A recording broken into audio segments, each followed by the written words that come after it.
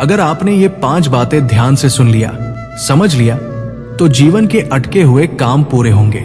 Number 1, स्पष्ट लक्ष्य तय करो और लिखो। अक्सर काम इसलिए अटकते हैं क्योंकि हमारा उद्देश्य साफ नहीं होता। मन में धुंधलापन हो तो ऊर्जा बिखर जाती है। इसलिए सबसे पहले शांति से बैठकर तय करें कि आपको वास्तव में क्या चाहिए। इसे कागज पर लिखें। आपका लक्ष्य क्या है, वो आपके लिए क्यों जरूरी है और उसे पाने के बाद आपका जीवन कैसे बदलेगा।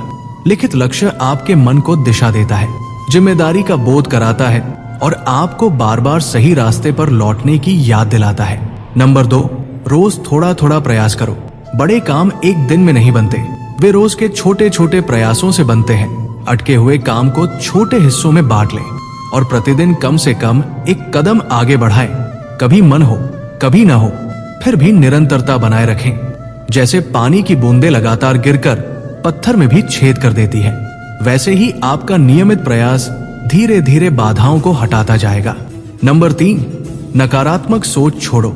जब काम रुकते हैं तो निराशा, शिकायत और आत्मसंदेह पैदा होते हैं। यही भावनाएं सबसे बड़ी रुकावट बन जाती है। आपको सचेत रूप से अपनी सोच बदलनी होगी। शिकायत की जगह सीखने का दृष्टिकोण अपनाएं। जो हो रहा है वो मुझे मजबूत बना रहा है। सकारात्मक सोच का अर्थ कठिनाइयों से भागना नहीं, बल्कि उनसे टूटे बिना आगे बढ़ना है। सही मानसिकता सही अवसरों को आपकी ओर आकर्षित करती है।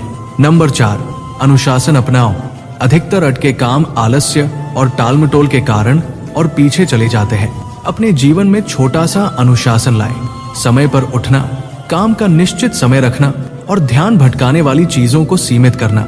जब आप अपने समय और आदतों पर नियंत्रण रखते हैं तो जीवन भी आपके साथ सहयोग करने लगता है। अनुशासन बाहरी बंधन नहीं, आत्मशक्ति है। नंबर 5, विश्वास और धैर्य रखो।